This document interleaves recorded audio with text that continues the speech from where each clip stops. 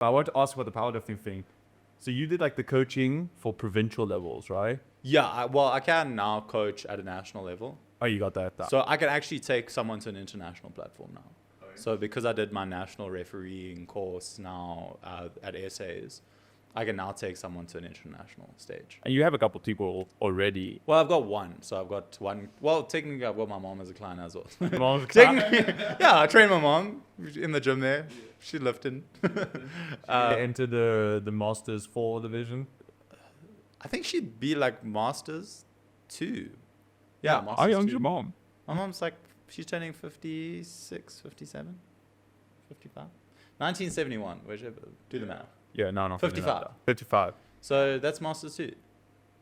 She could probably do pretty decent. I don't think there's any women in Masters 2. I think there are, but maybe not. Like the female powerlifting divisions are like quite small, especially the Masters. Like in general, Masters is quite small.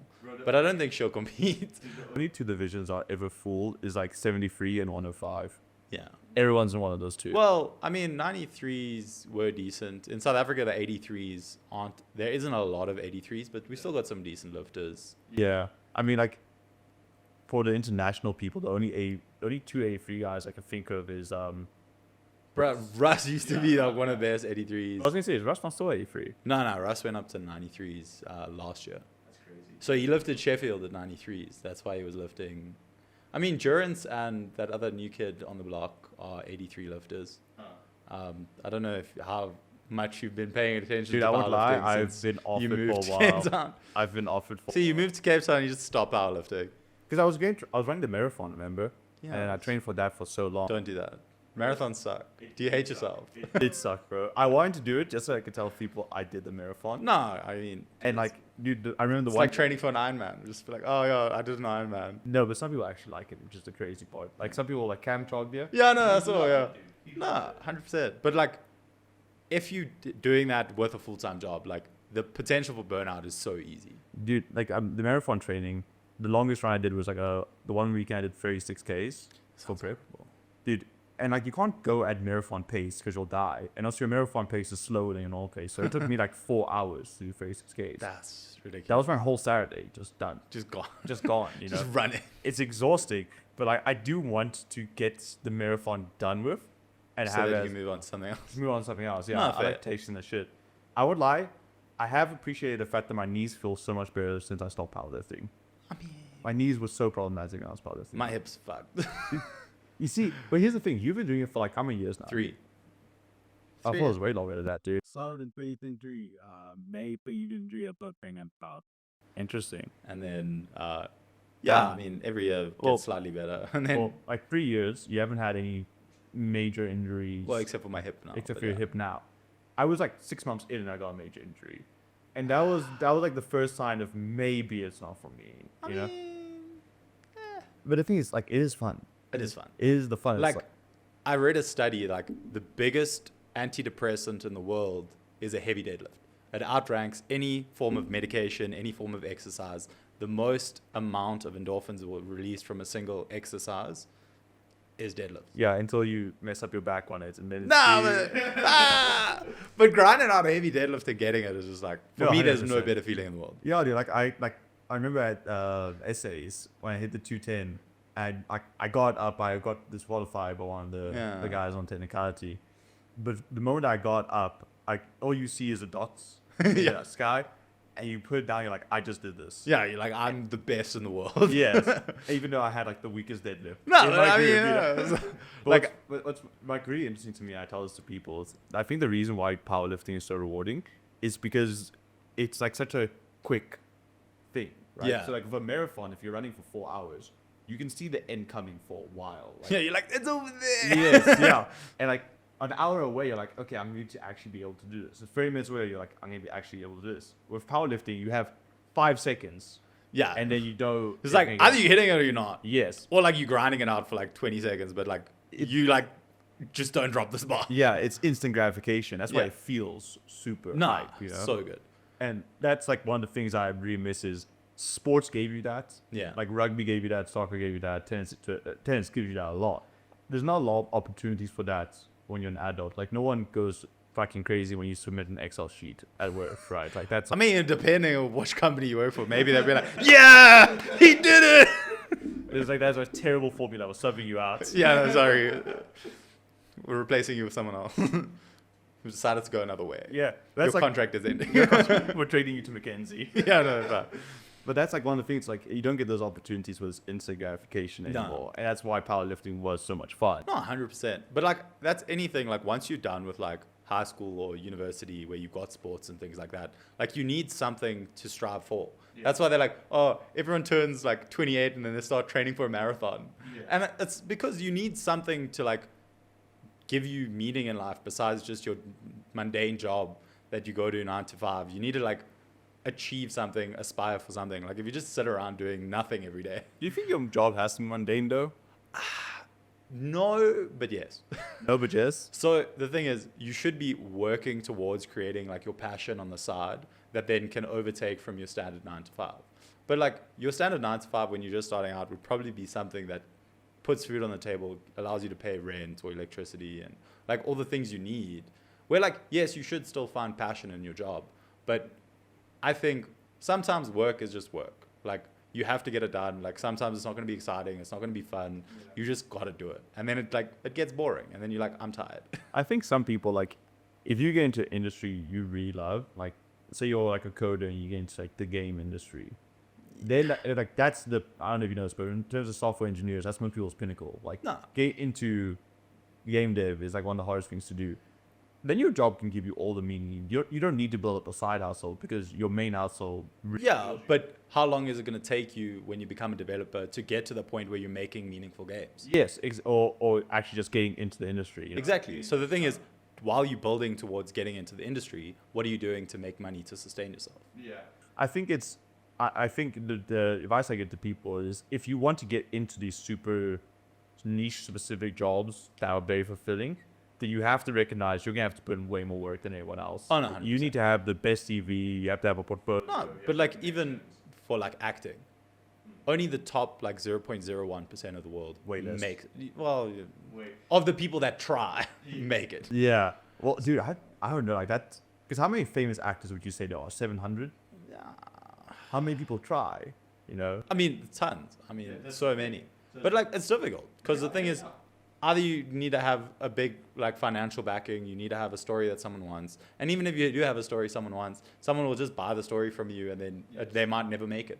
Yes. And then your story is just gone forever. Yeah. I remember. Do you know who Scott Galloway is? No. So he's a lecturer. I think it's NYU. Yeah. He does like politics and ethics kind of stuff, and economics. That's his main thing is economics. And one of his sons like came to him and was like, "Dad, I want to be an actor."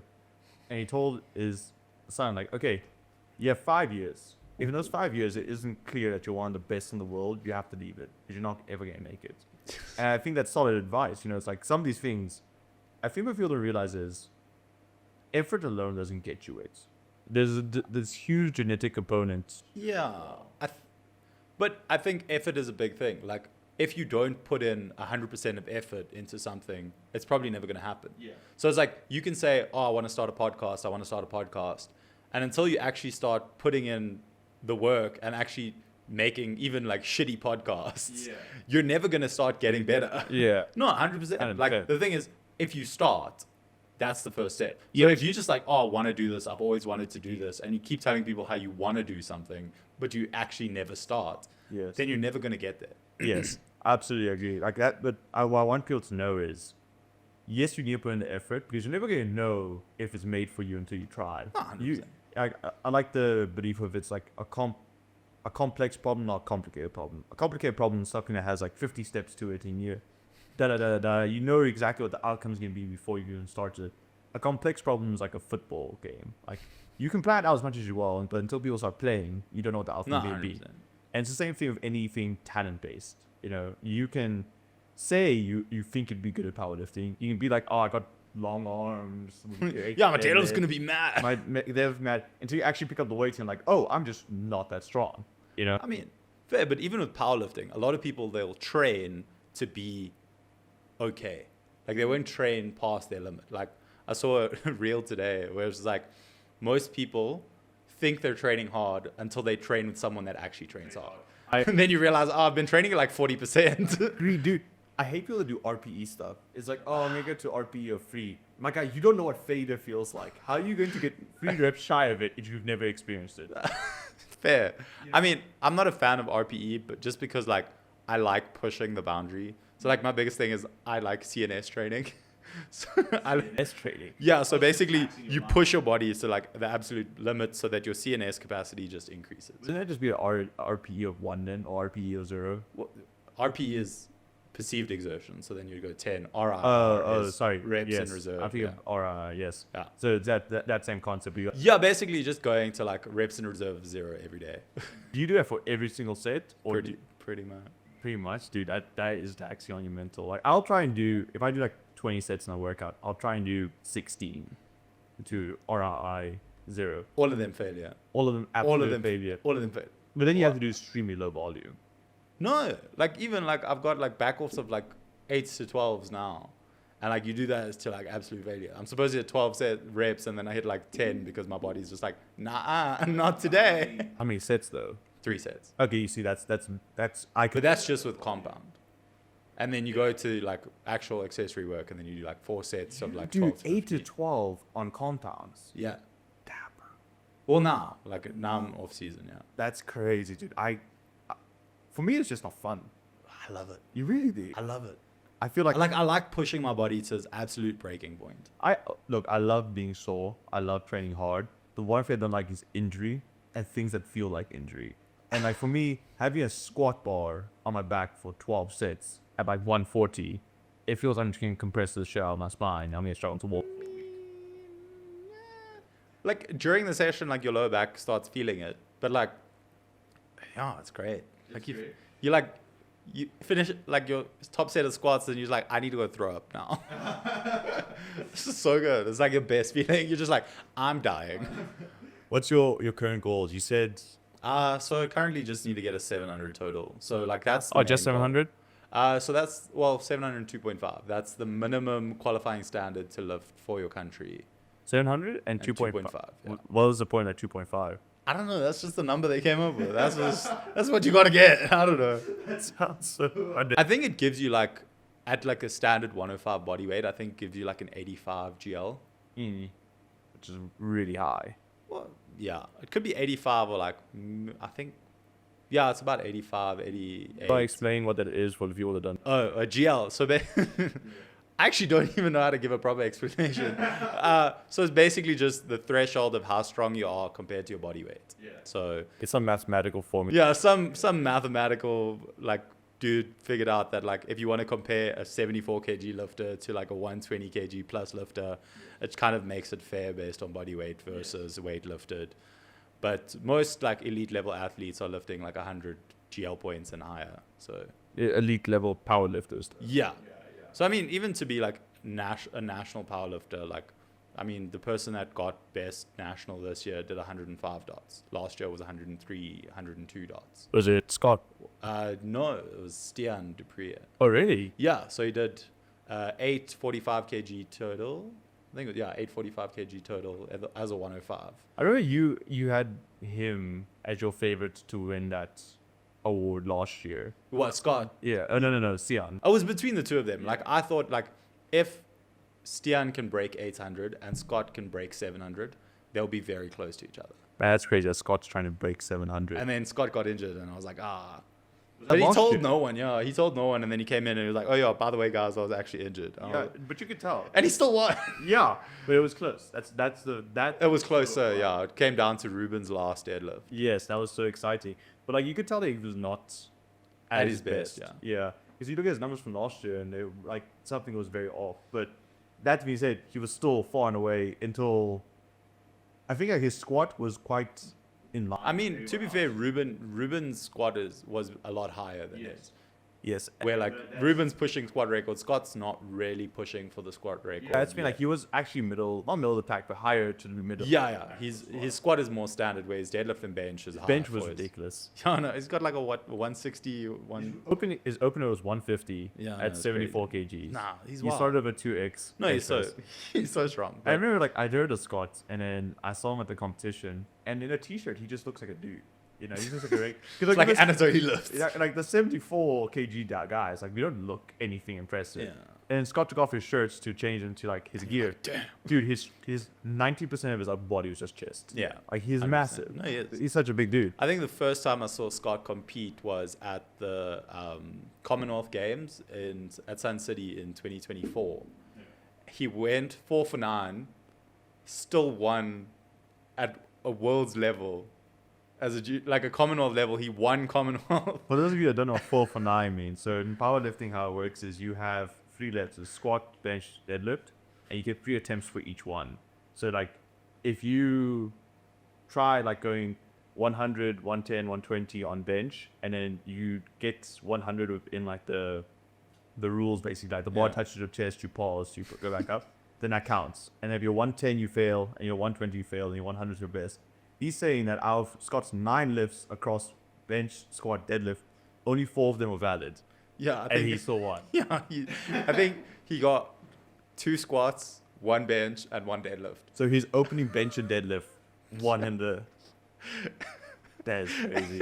I was like, this is mad. Like, this man basically isn't even. Well, he was trying, obviously. Like, he was like, this is the first comp he's going to hit 700. So I think for his seconds, he was trying to jump to that 700. Yeah. But basically, his openers got him the gold. Yeah. And I think he won, like, best overall junior at Commonwealth. What's also crazy is, like, he's self-coached. That's crazy, actually. I mean, I'm somewhat self-coached. I'm very bad with coaches. I've gone through 3.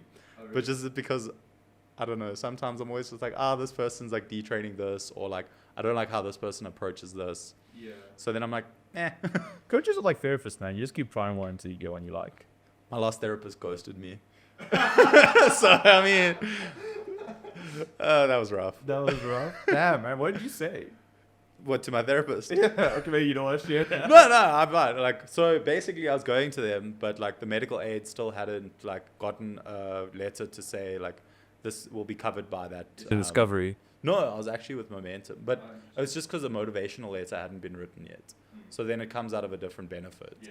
So it comes from your defined benefit scheme. So like there's actually something for mental health that like you get 21 days in hospital or you get like 18, 19 days out of hospital.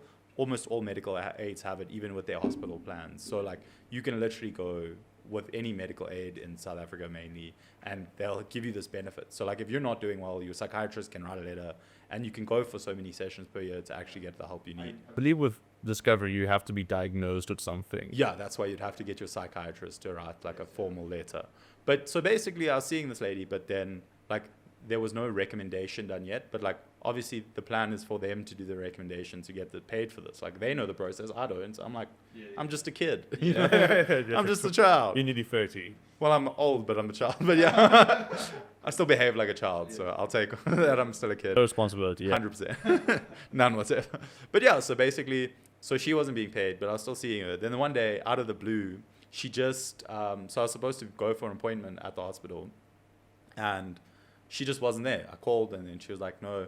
And then I got a message from her saying, no, she got a new assistant. The assistant was supposed to say that it was like rescheduled and was supposed to set up something else. Since that day, doesn't answer a single one of my messages or calls. Damn, bro. And then like 6 months later, I get like, actually not even 6, like 2-3 months later, I get the invoice for like what was done. And I was like, this is supposed to go through medical aid, whatever. But like, so it's still nothing had happened from that front. So then she just sent the invoice. So I was like, whatever, paid it from my credit card. And then I like left it. I was like, cool, whatever. Like I didn't try like set up another appointment because I tried in the past. She just didn't answer my calls. 8 months after that, I get an email from lawyers saying, no, your account's been handed over. You haven't paid this. And I was like, I paid this. They're like, do you have a proof of payment? I was like, no. I paid with my credit card. Credit cards can't regenerate a proof of payment after 6 months. So I was like, here's my banking statement. Here's the amount. The exact amount is the account. This is the reference number. You guys find it. And then they were like, okay, fine. So then I call her after like this whole lawyer thing. I was like, try call her, doesn't answer. Call her again, doesn't answer. Call her again, doesn't answer. I tried this for like 2-3 days, ghosted. And then crazy. So then eventually the lawyers were like, nah, we found it, like it's fine. Then January this year, so this was like 2 years ago. January this year, I get an SMS from the same psychiatrist or psychologist, not psychiatrist, saying, no, your account is still outstanding. And then I like try to call her again, ghosted. As I'm just like, bruh, you're asking me for money, but you won't accept my calls. Like, if Mrs. Psychology Woman, if you're watching this, he has paid you. I paid, I promise, long ago. That is insane. So yeah, I was just like, nah, she's really good at exposure therapy. So she's just trying to get me to work on my fear of abandonment. Yeah. So she's just really good at her job. She's like, nah, let's put him in here, then he'll be fine. How much do you believe in the exposure therapy stuff, man? I mean, realistically, it makes sense. Like, let's say you're afraid of spiders, and then you never see spiders. You're never gonna have anything to be afraid of. And then if you're afraid of spiders, and then you see a spider from like the door every day, then you're gonna be like, slowly you're gonna get more and more comfortable that, okay, it's over there. Then as it gets closer and closer, you're gonna be like, okay, it's fine. You're probably never gonna be like okay with it like walking all over you, but like as when you're exposed to something enough, you're gonna get used to it. Like let's say you have an anxious attachment style, but you're never in a relationship, or you're never building into a relationship. You're never gonna be able to be exposed to how to deal with working on your attachment style because you're not attached to anyone at this point. So until you're actually going through this, you're not going to know how to fix it because you're not actually having to deal with it. Yeah, so the problem I have with exposure therapy, I want to say I do believe in exposure therapy. Like, it's a great way of working on things, but I think there's a very fine line straight of it. 'Cause some things you can't microdose exposure to, you know, like you can't slow exposure therapy yourself into flying. You're scared of flying. It's either you're on the airplane or not, right? You can't be like, hey, I'm going to get on and then walk off and just slowly exposing myself to being on planes, you know? And yeah, but you can start with a short flight versus a long flight. yes, but here's the thing, like if that short flight is still traumatic for you, it's just going to reinforce the spirit you already have. So with some things, I think So how do you get over a fear of flying then? the flying is one. Actually, I should not use this example because I don't have a fear of flying. Actually, no, I'm lying to you. I had a fear of flying. I got over it by flying. So maybe- then exposure therapy worked. I don't know what you're saying. But I try to think of like a lot of guys are like, It's like your exposure, like abuse is your trigger. So like, no, we got to slowly expose you to some abuse. Like, so I get what you mean. Like certain things don't need exposure therapy. or like you or should do shouldn't. work before exposure therapy, right? So like if Yeah. you're terrified of confrontation, you should find out why you're scared of confrontation and then slowly expose yourself and not immediately go into it. I guess.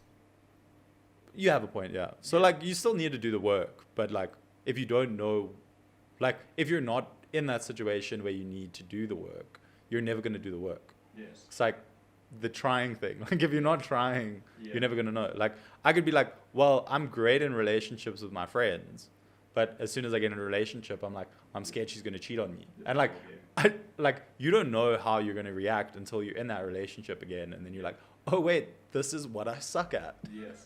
Dude, I thought about it because like when I got into my last relationship, I was like, man, I am so ready for this. It lasted 3 months. So I mean, obviously, hey, that's like record numbers for me.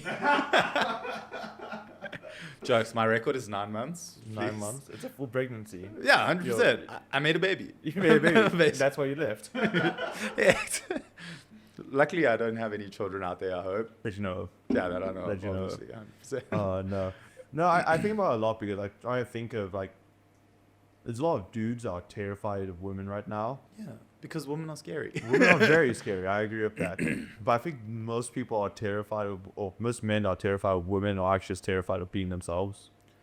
Yeah, I mean, there's also this like fear of like not being good enough, being rejected, not being Yeah, but that's adequate. that's only true if you don't like who you are, right? If you need someone else, if someone else tells you you're not good enough, and you don't have a self-worth of saying I am good enough, you're going to take the opinions as truth. I mean, fair, but it's also very hard to be like, okay, let's say 80% of the relationships you get into, you get cheated on. Now, the next relationship you go into, what is the probability you're going to get cheated on? It's higher, yes. So you're like, because you repeat patterns. Like you end up going for behavioral patterns that are familiar, And the familiar behavioral pattern is someone that is unfaithful. Yes, that's about what I was saying. It's a selection problem. You're choosing for people that are unfaithful for whatever reason, Yeah. right? It could be that, you see that group of people as exciting and you want excitement in your life. Yeah. So you're outsourcing your excitement to the person you're dating and you end up dating people that cheat on you. Yeah. It's Fair. something to that degree, right? No, 100%. Like, obviously, you need to realize what you're choosing that is wrong. Yes. Like, for me, I was choosing people that were avoidant. Yes. Like, when I fight with someone, I want to get close to them. And then I was choosing people that when we fought, they needed space. And I was like, I can't do that. I don't need space. That's an interesting one. So I think about this a lot. Because I think the hallmark of whether a relationship is going to succeed or not has nothing to do with compatibility, has nothing to do with shared interests. Has nothing to do... Okay, has something to do with those things, but it's way more to do with how well you guys solve the problems. No, 100%. Like, if you can't fight correctly, I think you're not going to have a healthy relationship. Never. Like, if you're going to be like, well, this is how my fighting style, this is your fighting style, and then you never can, like, mix your fighting styles, you're never going to have a good relationship. Or like your finance styles are never compatible. Because like you say you want to get close to people. I don't consider myself avoidant attached at all. But I know I have a very bad temper. Yeah. And I would prefer to just take moments away. Because usually after 10, 15 minutes, I'm like, I'm in a much more reasonable position. See, but 10, 15 minutes is good. Like, I think, like, that's a good compromise. So that's, like, more, like, leading towards a secure attachment style where you're like, I know that I have this problem, I need to regulate, and then we can come and talk. 100%. But then let's say you and your partner are fighting, and then they're like, I need the day to myself to, like a whole day. Like, you don't need a whole day to yourself. Like, you want it out. You want to see how it feels to be out of this relationship. I'm gonna to throw my ex under the bus here. I can throw so many exes under the bus. We can do that next. She has me blocked on everything, so she'll never see this. So. Oh yeah, that's fine. Her friends are gonna be like, "Bro, what's what he said about you?" That's the thing. Like all our mutual friends just became my friends. And that's kind of sad. But I mean, sad for her. I mean, sad for her. You're the better person, obviously. No, I feel bad. That's why I don't like. But, Oh, okay. But like the one thing that she did that really annoyed me, and this is kind of circumstantial. She didn't have an internal monologue. Oh yeah. You know, there's people that like they don't think when they're alone. Fair enough. So like, I don't think in general, but so like when we had a fight, she like, okay, give me a day or two to think about it, and then when we speak the next time, it doesn't feel like you spoke about it. I'm like, it's because she has no internal monologue. I mean, Very odd. to And be I'm fair, frustrated. I think those people just want to avoid the conflict. Like, you didn't actually think about it. You just said you were going to think about it, but you just wanted to forget about the problem. Yeah, possibly. So I think those people just generally like, I'm thinking about my own self-interest in the situation. I'm not thinking about the relationship. How do you think about your emotions, though? Like, what process do you go through on like, this is how I'm feeling, I need to break this down somewhat? Honestly, I pray about it. So it depends on the emotion. Like, normally anger, I'm not necessarily a very angry person. I'll probably be more irritable than angry. And then I think, yeah, with like sadness and stuff, like I'll either like listen to music, I'll wallow in self-pity, or I'll pray about it. So That's a hell of a combination. yeah, I mean, it depends on the day, honestly. Yeah. But mainly just like one of the things that I use the most to regulate most emotions is the gym. So I go to gym. You let out sadness, anger, joy, like all of those emotions can be experienced in the gym. The only one that I struggle with is like anxiety around the gym, because like when I'm feeling anxious around external situations and then I come into the gym, it's going to go one of two ways. Either it's going to make it worse because my lifts are going to move really badly and then I'm just going to be even worse mood, or I'm going to be distracted by my phone like during the lifts and then like not actually have a good workout because I'm still like feeding my anxiety in those moments instead of like just falling into the workout and like blocking out everything. I've had this theory on like any hobby or thing you do is some form of arts and crafts, in the sense of like it's craft in the sense that it has a technical component that you can work on and there's a structured way to get better on it. Like, you know, the technical part of the gym is this is how I squat and you know these factors. The arts is your expression into it. Yeah, how beautifully do I dance before I left the deadlift? But I think Cut to me deadlifting. the little shimmy, yeah. Yeah, a little shimmy. You just got to give it a little dance. But it's like, I think the thing about powerlifting for you is much more of a craft than an art. And maybe that's why it doesn't help with anxiety, because you're still thinking about how to improve on it. You're not using it as expression. I guess it depends on the lift. Squat at the moment, yeah, is much more craft than art. But like my deadlift, for me, deadlift is just like I can switch off in deadlift. Like I literally, for me, deadlifts is always fun. Like some people are like, oh, once I'm done squatting, then the comp's done, basically. I'm like, once we get to deadlifts, that's where the fun begins. Yeah. So like the rest of the comp is just comp. And then we get to deadlifts, then no, it's just me and have fun. No, me and have fun with the crowd. The comp starts after squats ends. Like squat, I also fuck bench. Fuck bench. I'm so trash at bench.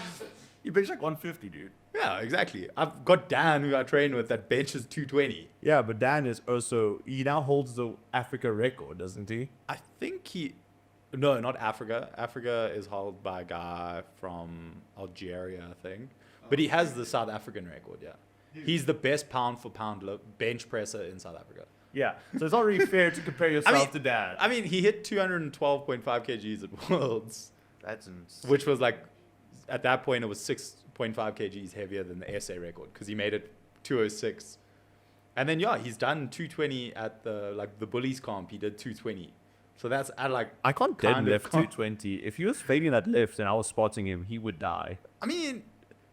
I think that's a common misconception around spotting. Like, technically, you're only lifting what they can't. Yes, unless it slips out of his hand completely. Yes, like, then it's a different story. But, like, if he's, like, just failing a lift, like, you're only adding 5 to 10 kgs. Like, you can have a 40 kg girlfriend spot your lift, and you'll be Which fine. a lot of guys do, but exactly, because, like, a lot of people are like, oh, it's so scared. What if it falls? Like, it's not that much weight. Like, if you can lift 10 kgs, you could probably spot anyone. Well, here's the thing. Most people are terrible at spotting.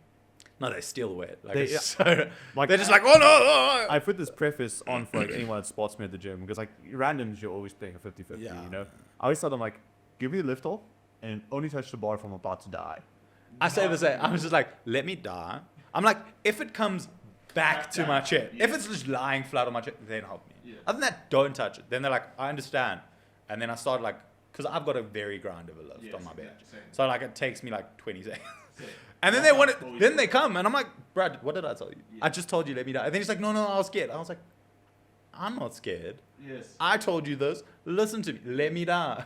Like I've had some people just stop. I've had like 110 on my chest before and you just roll it down. Like it's not the end of the world. You just hurt your PP a little bit and then you go and then you go over it, dude. There's like a video of me like, so I did that, like I rolled it to like my hips. And then I'm like rocking back and forth to try and get it like up. It was like, and then I like captioned the video. It's like, how to tell that I'm a deadlift specialist and not a bench specialist. But so I wanted to mention, I don't know if you've seen this clip that is around the gym world. It's like asking people to spot me on ridiculous weights, and guys will come with fake plates on, and then load like what looks like 500 kgs on bench press, and then ask a 50 kg girl to spot them. Yeah. And just look at the reaction. Like, if he doesn't get this, he's dead. That's on it. The best part is like the one guy did it, and there was another buff guy in the gym right next to him, and she was like, why don't you let him spot you? And the guy turns around. I don't know if he's in or not, but he like wingmans the shit out of this guy's like, no, I've seen him do it before. It's like either he's lying or he's just like a very good member. He's like, yeah, that's fine. He got this. What do you feel about trying to like date people at the gym?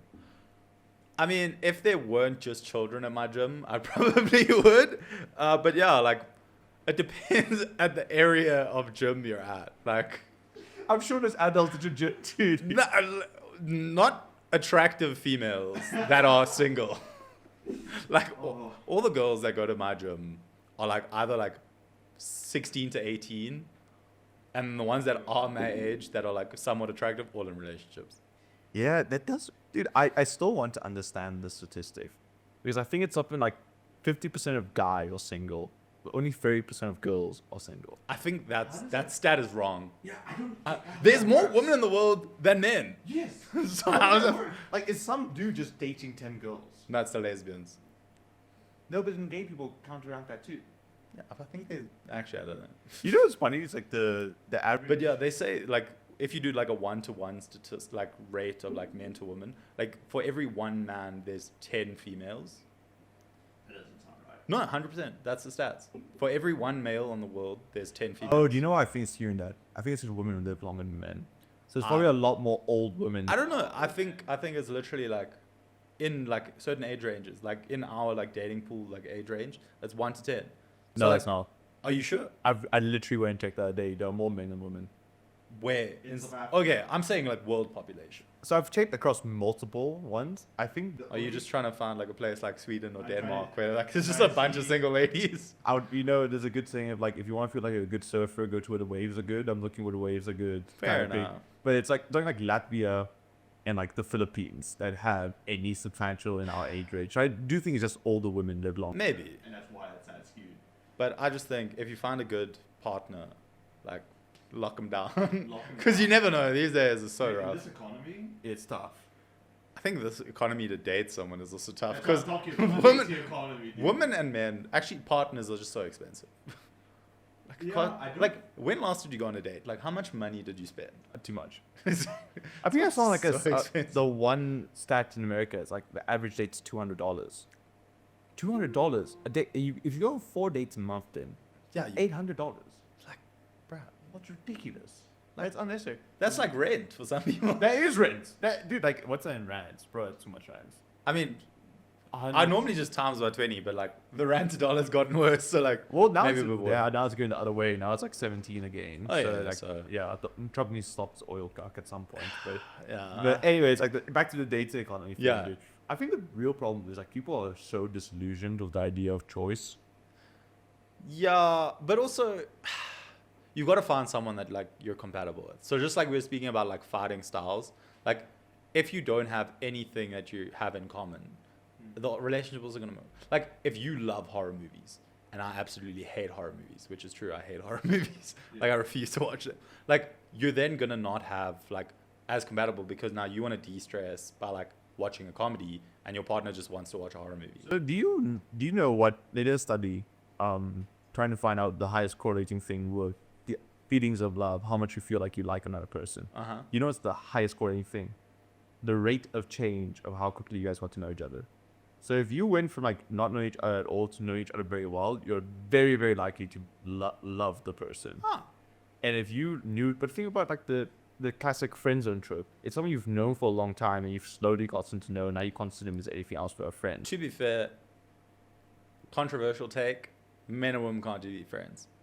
All right, it is a controversial take. Men and women, like, to be fair, for men, not controversial. A lot of men agree. Women, almost 99.9% will say men and women can be friends. I guess this is the day I come out as a woman then, dude, because I don't agree with it. Why do you not agree? I have female friends. Okay. Let me change it to this.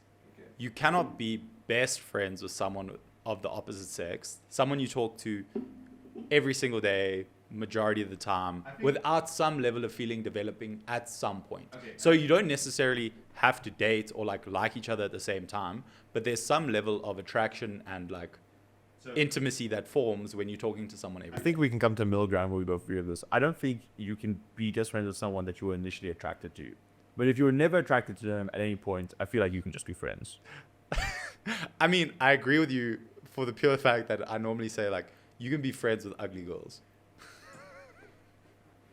Maybe we might need to cut that, but we can give that in. I don't care. But so if no, but it's true. Or someone that like it hasn't worked out with. Can you be friends of? Can women be friends of ugly men then?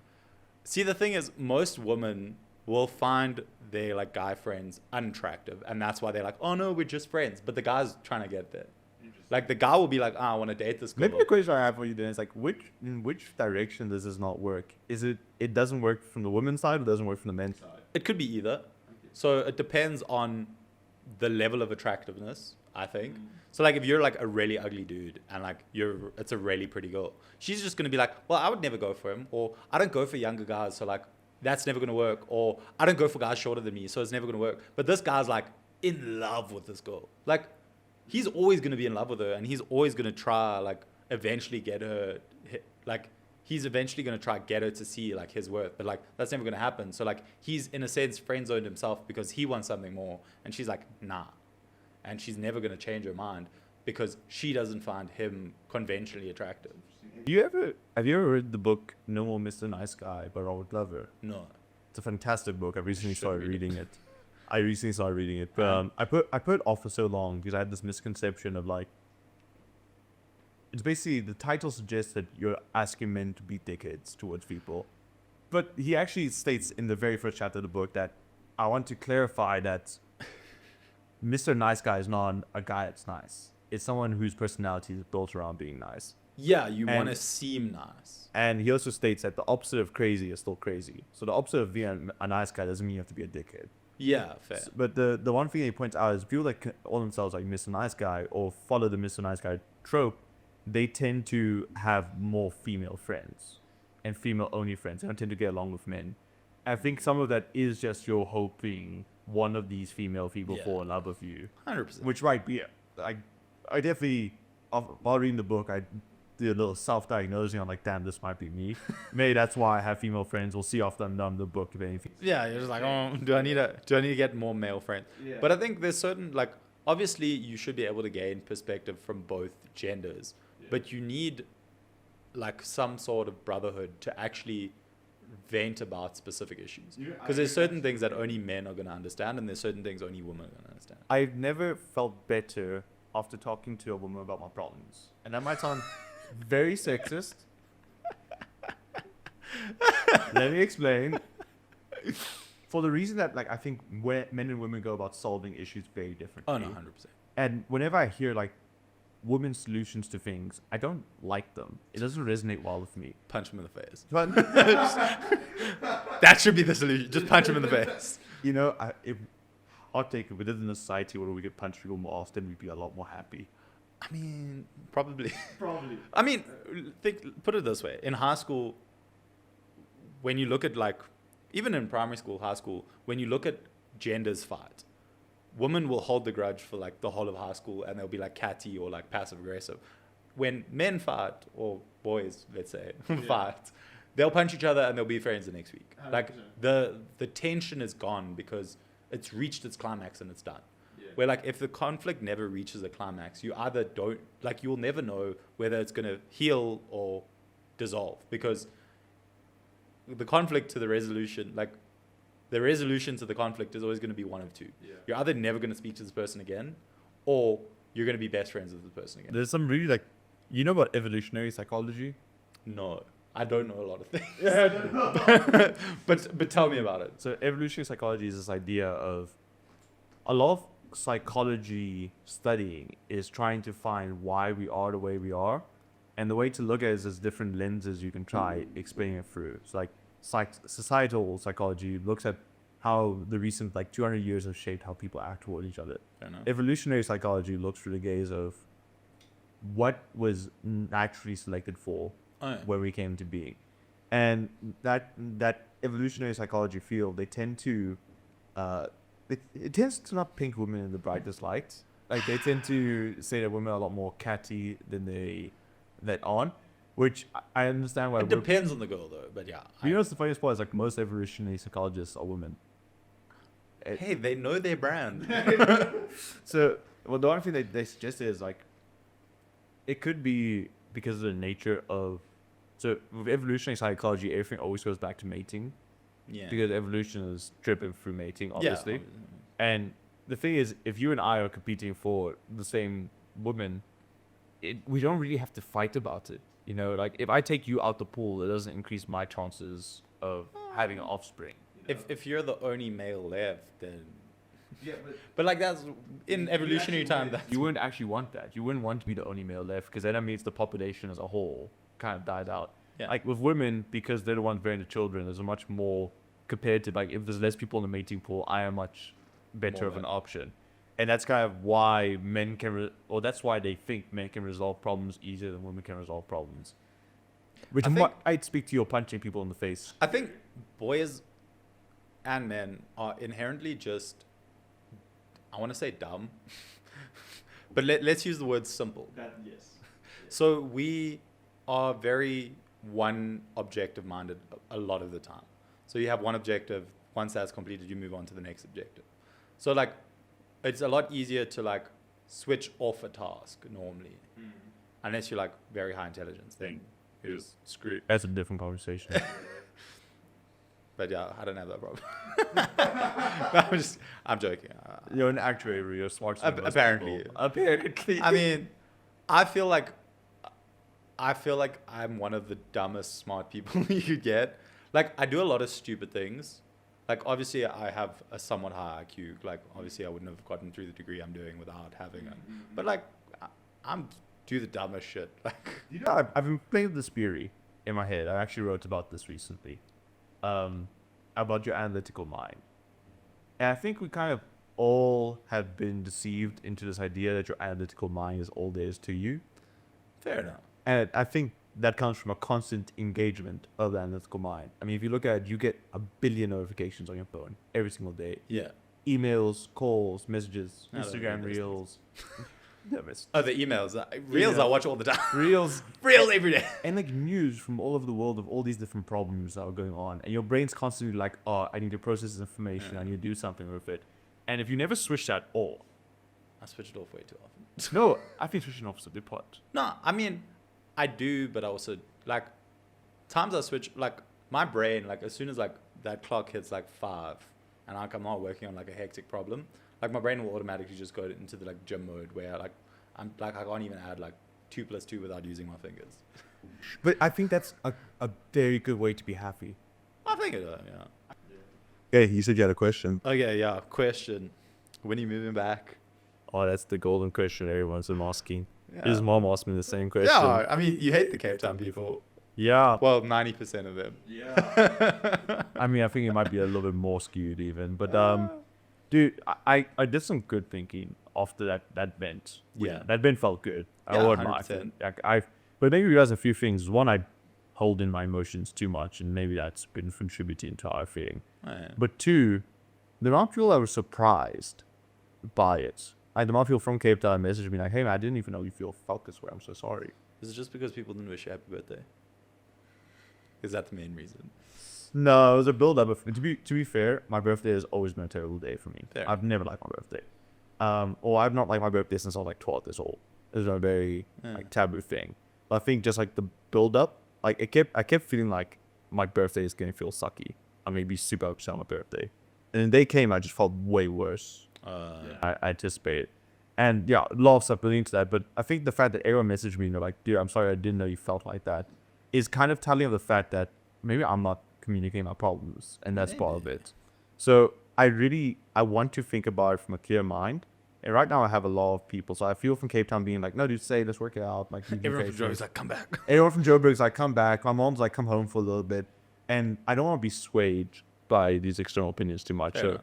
I'm going home to Polokwane in the end of April until I'm done thinking. And I'm going to do some thinking. I'm going to redecide what I want to do. Because it's not as easy as coming back. Like, Adrian will be left there. We just got a new lease on the place. He can't afford to pay for that lease fund. So It's this... fine, his girlfriend can move in. God, no, that would be a terrible idea. They've not been dating long enough for that to be okay. Yeah.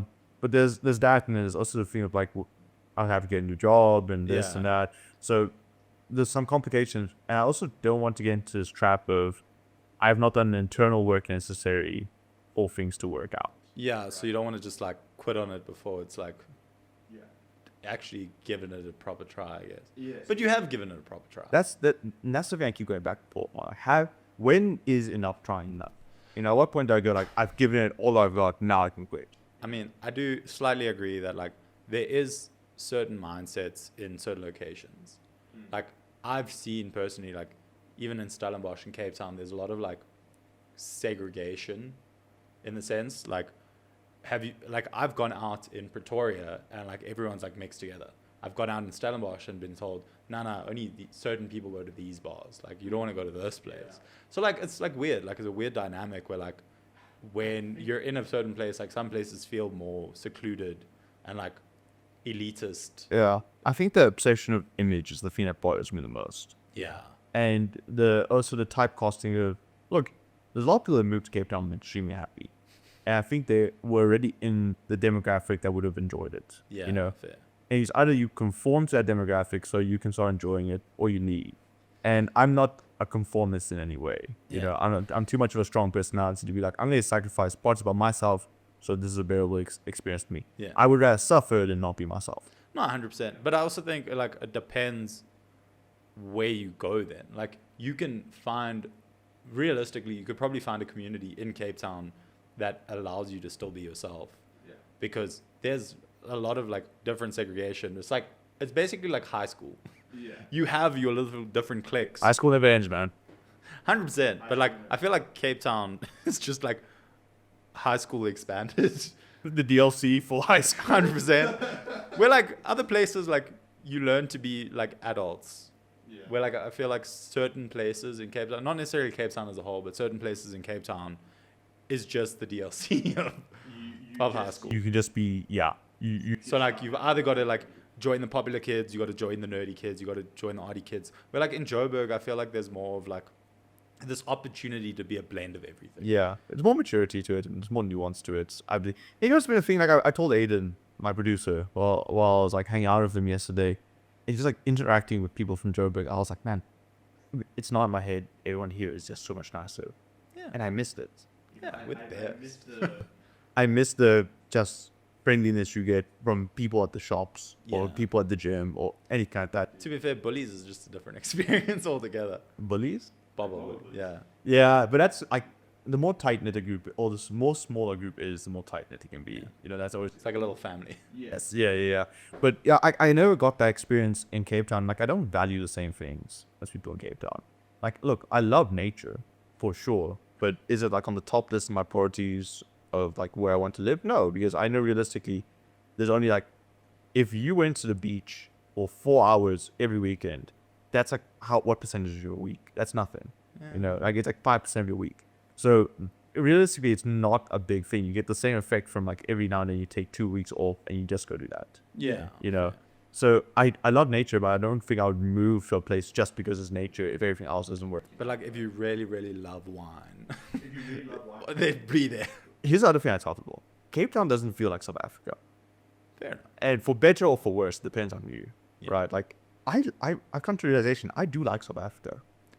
I do like this country. Maybe it's Stockholm syndrome. Maybe it's just all I know, but I mean, no, South Africa is great. Like we probably do have the friendliest people. We have like the best land. We've got the best scenery. We've got the best we got weather. culture, dude. No, we 100% we do. So much culture. There's just certain things about like politics and government that I don't agree with. Yeah, obviously, but there's Like- there's no escape. I had to drive home the other day and I was literally just pitch black.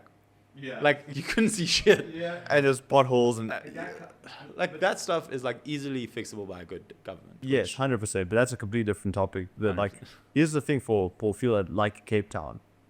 If you like it, you probably would have enjoyed moving overseas to some extent. You know, Probably. and that's maybe like It's like their climate's even different from ours.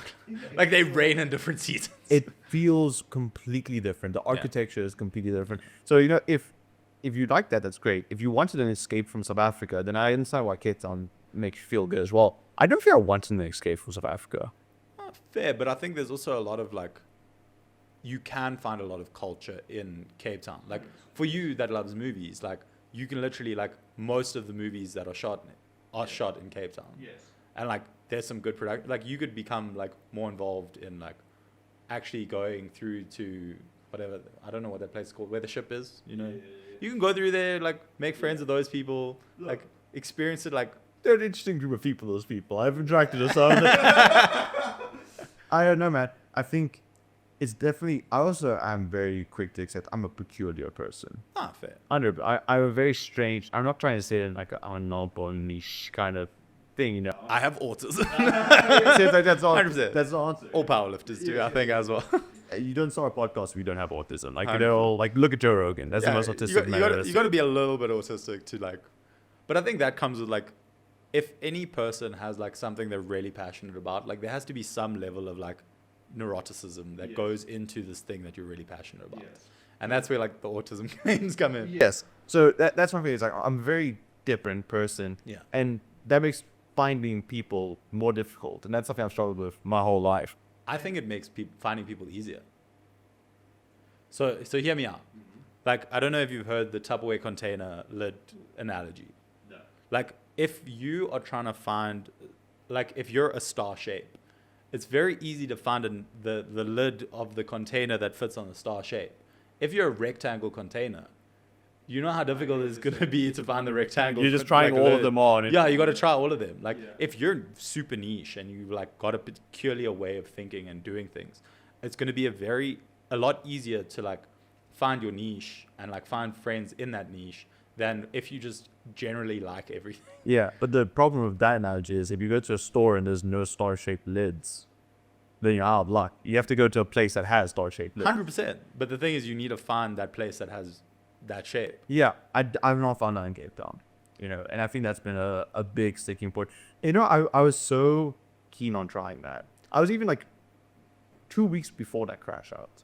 Yeah. I was literally putting together, I was going to create a creator community in Cape Town. Yeah. Where I had like a short list of 10 people. I was going to make a WhatsApp group for us. I was going to make regular events for us, put it on Sociable, make an Instagram page, invite people to join. I was trying a lot. Yeah. And never did it ever feel reciprocated, I think people are also inherently selfish.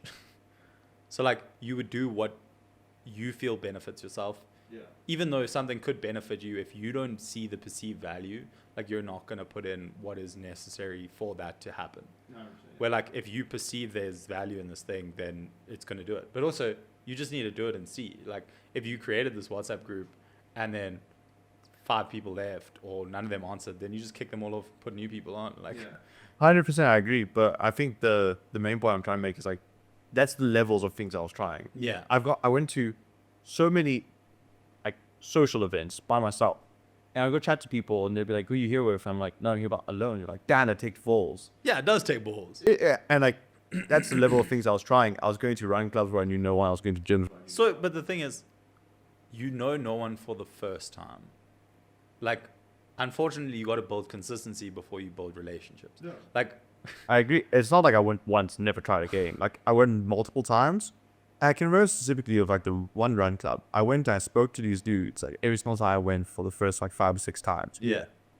And every single time I spoke to them, it felt like they were just trying to get out of this conversation as quick as possible. Yeah, that's not ideal. And that's kind of hurtful.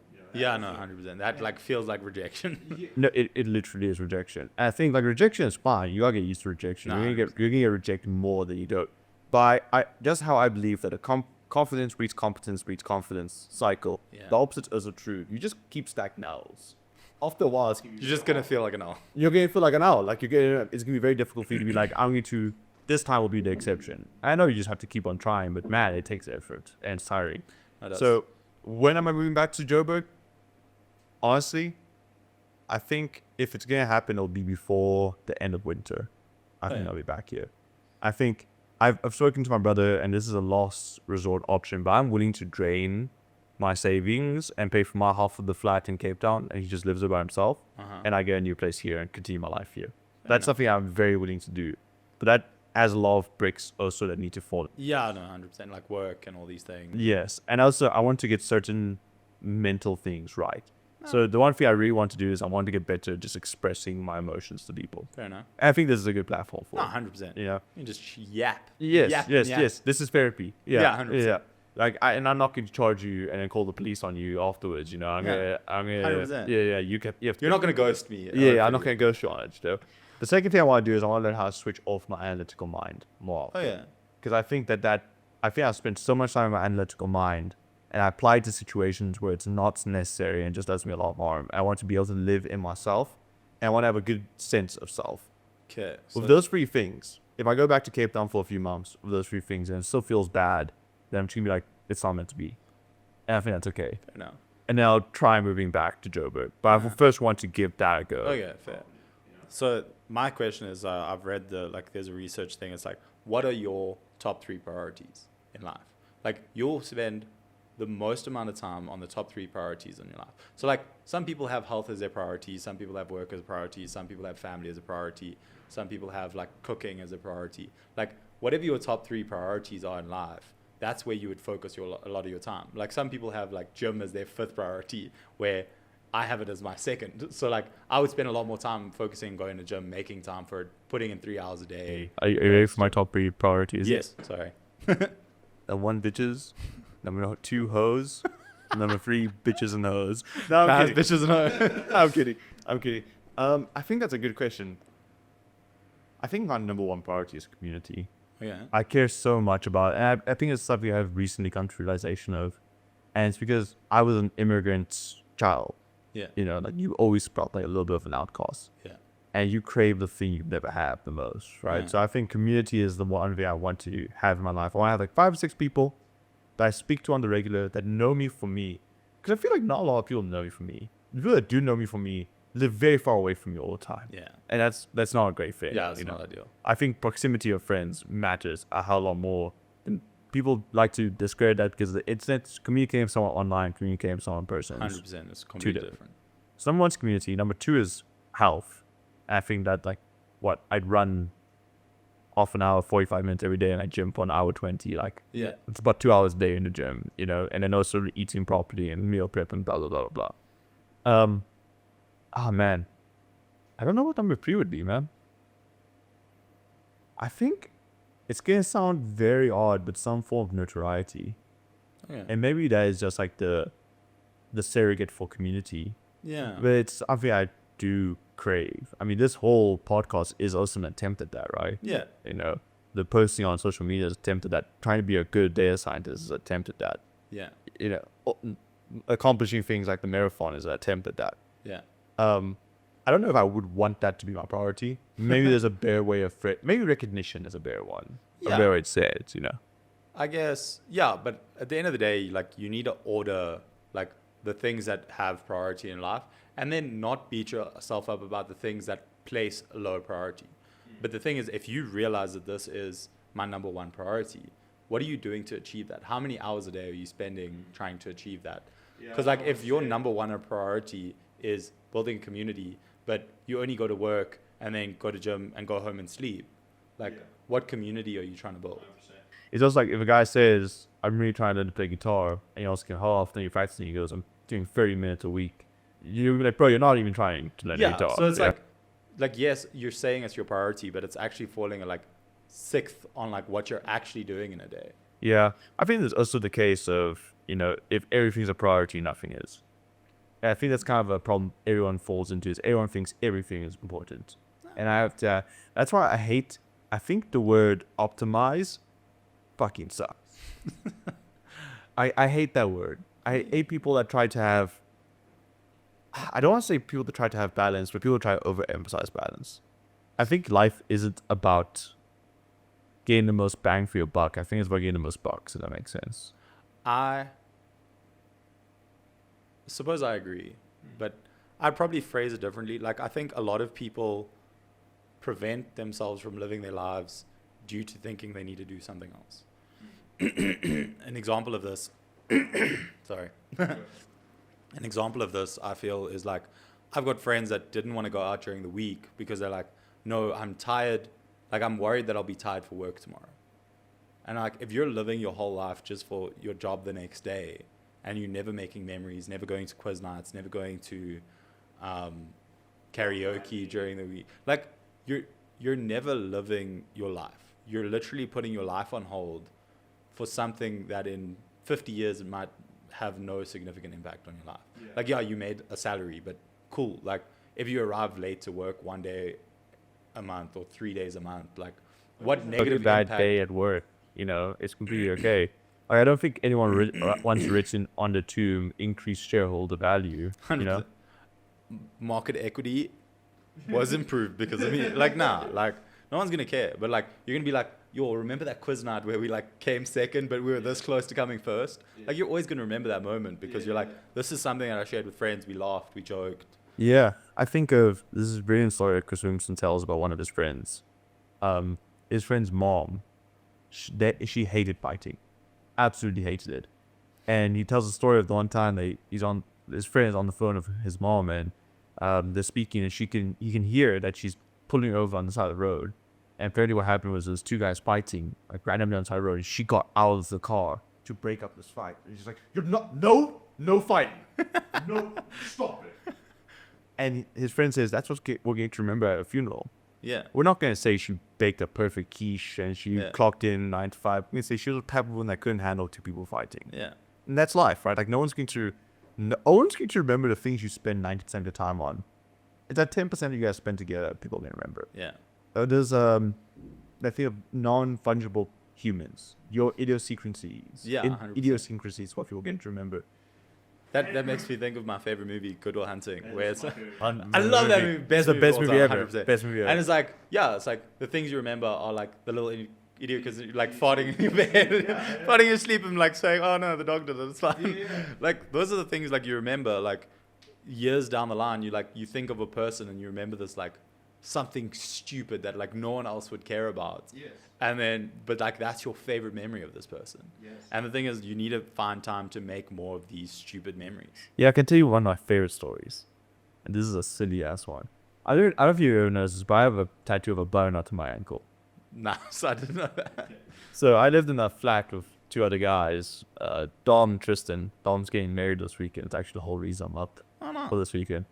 But that year that we lived together was the funnest year of my life. It was so enjoyable. And the one story I always tell, because it's the first thing I remember. Dom had this aunt that took him out for lunch one day and bought him a bunch of groceries afterwards and bought him this fat stack of butternuts. No one in our flat ate butternuts. So these butternuts were just sitting there for the longest time. And I was working at the bar at this time, and I get back from one shift and I lay my head on a pillow and I hit something hard. And I'm like, what? I look at my pillowcase and there's a butternet in there. And I was like, oh, okay, that's funny, guys. And I put the butternet on my side table, and I go back to bed, and I roll over and I hit my head again. Take the other pillowcase. Another button. It's hilarious. Next morning I wake up, I'm like, haha guys, very funny. They're like, oh, we want to see if it was like a Princess in the Pea kind of situation or whatever. 2 days later, I work another night shift. But this time I get back to like 4 a.m. It's a horrible shift. Like I think I had a fight with my ex that day. Yeah. I get into bed and I throw the blanket on me and I feel a butternut hit my shin. And I pull it out and I take a picture and I send it to our WhatsApp group, and I made, here's the biggest mistake I made. I showed it and it annoyed me because I sent a message saying, stop putting fucking butternuts in my room. Rookie mistake. 2 weeks later, I come back. So no, 2 weeks later, I do a morning shift, go to work, come back, evening we go watch the World Cup finals. Yeah. It's 4 a.m. Everyone's electric because we just won back to back. You Yeah. know, there's the 1 point victory Yeah. stuff and everything. And we spent like hours just chatting. And like this is towards the end, like we know our lease is coming to the end. We're not Yeah. going to live together anymore. And we're kind of, you know, being sappy and blah, like, oh, I'm Yeah. going to miss you guys so Yeah. much, blah, blah. I go into my bedroom. 6 butternuts. But I find them one at a time. Oh no, that's always the worst. It's like not just like, oh guys, and then it's like, oh, and then by the sixth one you're just like, oh fuck it. The first one, I take it out. And I go out to the room. I'm smiling at them. Guys, oh guys, this is so funny. I'm gonna remember this. Blah blah. Put down. Go get a second one. Like, ah guys, the great story. Blah blah. The third one, I'm trying to get pissed off. I'm like, okay, guys, not got any more in the room. They're like, no, you found all of them. Go find the fourth one. And I open my door. And you just start laughing. They just continues on, and eventually I get all of them out. I wake up the next day. I go out to the gym. I get back, and I'm literally voice noting someone about the story of the butternuts from the day before. And I finish. I hit send. And I look at our vegetable like thing, and the butternuts are not there. I'm like, no way. They're all in my room again. Dude, I go into my room. They've unscrewed the light bulb of my ceiling lamp and screwed a butternut in. They put it in my shoes. They put it in like my bags. I checked my computer. They changed my wallpaper to a picture of a butternut. Nice. So it just became this ongoing joke to a point to like someone had an iconic duo's birthday party. That was the Yeah. theme, and someone went as me and a butternut. Like That's how I can't. that's how it ends like the dumbest story ever. Nah, But it's nah, one I think back to that and I just smile all the time. 100%. In the moment you're like, ah. In the moment I was like, dude, I'm tired of this fucking butternut. You know what's crazy? All these butternuts started going off after a while, except for the one that was in my shoe. Nice. This shoe was just Your shoe just grows shit. I agree, man. Like, I think people spend so much time. I always say it's like sacrificing the thing you want for the thing you think will get you what you want. What you want is a really good life. What you think will get you a good life is a lot of money. Yeah. So you sacrifice life for money. Yeah. That's the one thing. Like, something I do, like, I don't know if we're going to keep this in the video or not, but like, we'll see. But something I do, which I like, so I grew up like from a less financially well-off family. Like, for me, like, certain activities couldn't be like, you can't partake in certain activities because you don't have the finance for it and you don't really want someone to like spot your cost for it. And it leaves you sometimes like going out or like being hungry or being like thirsty, but you don't want to be like, nah, can you please buy this for me? Like, you don't want to be that guy. So like I make like a conscious choice now every time like we go like church and like we have coffee after church, whatever. I'll pay for everyone because like I don't want someone to miss out on the opportunity of community because they can't afford it. Wow. Like, because at the end of the day, like the money shouldn't be what keeps someone in or out of an activity. Like an activity should be there to be enjoyed between friends and family without the worry of a financial obligation that comes at the end. That is beautiful, dude.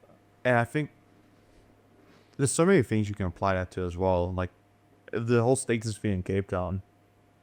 So I now try to include new people to Cape Town on things. Yeah. Because I know what it feels like to be the guy that's not Yeah. getting included in stuff.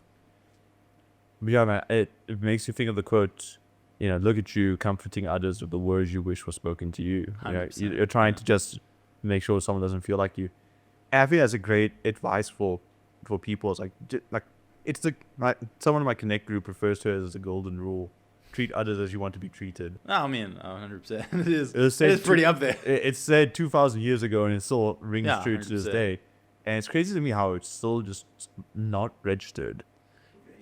Yeah, I think a lot of people struggle with like feeling included or like trying to be like feel home. Like a lot of people like will put on this facade because they don't feel like they're deserving or they don't think they're worth it or they don't think it's meant for them. But like if everyone was just themselves, you'd probably find like general life would just be so much better. But a lot of people like they'll be like, oh no, I don't feel like pizza tonight, even though like in their head like they really want pizza and like you're indifferent. So like I saw a couple online, they were like, we have a rule in our like relationship where we say what's your 50 when you're trying to decide between something. They say what's your 50. So it's like, what is your percentage split between whether you want to do something or not want to do something. So like let's say you're trying to decide between going to play mini golf or going to watch a movie. So if I'm like, okay, I'm 50-50, like I don't care like whether we do either, but you've got like an 80-20 split towards playing miniature golf, then we're going to play miniature golf because that's you. It holds a higher percentage in the relationship. But if you're just like, well, I think they don't want to do this, instead of just voicing like, this is what I'd prefer to do, but like we could do either, like then like you never know, like you could miss out on opportunities you want to do because you're too scared to state your 50. Yeah, there's a study that they did a few years ago where they basically said to people, we're going to leave you in this room. Something's going to happen to you in this room. It might be good, it might be bad. At any point, you can shock yourself to get more information on what's going to happen. And everybody just continued shocking themselves until they had enough information. And the conclusion from the study was trying to see, do people how much do people hate ambiguity? And it's very clear, like people would rather be in pain than not know what's coming. Same. And I think when you ask someone or when you convey your feelings towards someone, there's ambiguity onto how they're going to react. Yeah. And you'd rather not have that. You'd rather construct the worst possible scenario in your head because that's known. And you've rather now collapse all the possible outcomes into one. And you're like, oh, this has to be the thing that's going to happen. Yeah. Instead of sitting there and being like, I have to just see what happens. Yeah. I think I've heard something beautiful was like, if you can have faith that everything can go horribly wrong, why can you not have faith that everything will go horribly right? You both require belief in something that has not yet happened. 100%. So it's like, where do you put your faith? Yeah. I think, look, there's also the problem that evolution has breeded for pessimists. Yeah. Like the optimists did not survive the winter. The optimist is like, we got enough food. We don't need to go get more. The optimist is like, I don't need to swim. I can swim across this river, no problem. And then they drowned, So you're naturally inclined to be pessimistic. I think that's... You'll see things in life that you're looking for. So if you're looking for a Toyota Yaris on the road, you will start seeing more and more Toyota Yaris on the road. If you start looking for red cars, suddenly you'll see red cars everywhere.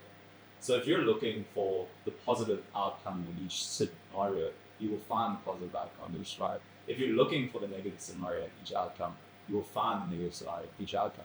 So whether it be friendships, relationships, work opportunities, like you'll be like, oh, well, this thing's just going to crash. You're like, whatever I look for the crash. But if you're like, I know I can optimize this better. I know that I can create the system to work better than it's ever worked.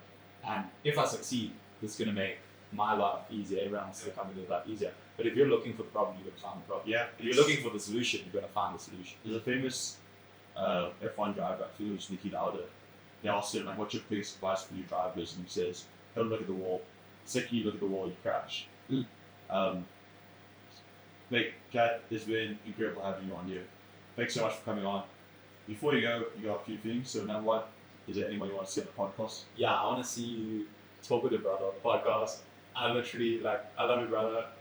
One of my favorite people. Like, I met him before you, but, like, I want to see you guys, like, argue. Like, I know how much I argue with my brother. So I want to see the fights, or at least you guys finding some common ground on some things, arguing on some things. I think it would be fun to, like, have a yap session with your brother. We've not argued in a long time, so why not? Yeah, let's do it. Okay. You have any last remarks for people? Last messages you want to say to them? Always be yourself. Don't be afraid to be who you want to be, and don't be afraid to say how you feel about things. And people want to keep up with you. They want to follow your training. They want to follow your commentary. Where they find you? You can find me on the official Blue Shirt Guy on Instagram and TikTok. I don't really post much on TikTok there. Yeah, so the official Blue Shirt Guy. So you can follow me there on Instagram or TikTok, but just follow me on Instagram. I'm very annoying. So I post every day. So the official Blue Shirt Guy on Instagram. Thanks so much for coming on, Chad. If you've enjoyed this episode, please remember to leave a like, leave a comment, subscribe, follow for more, share it with a friend. Until next time, peace.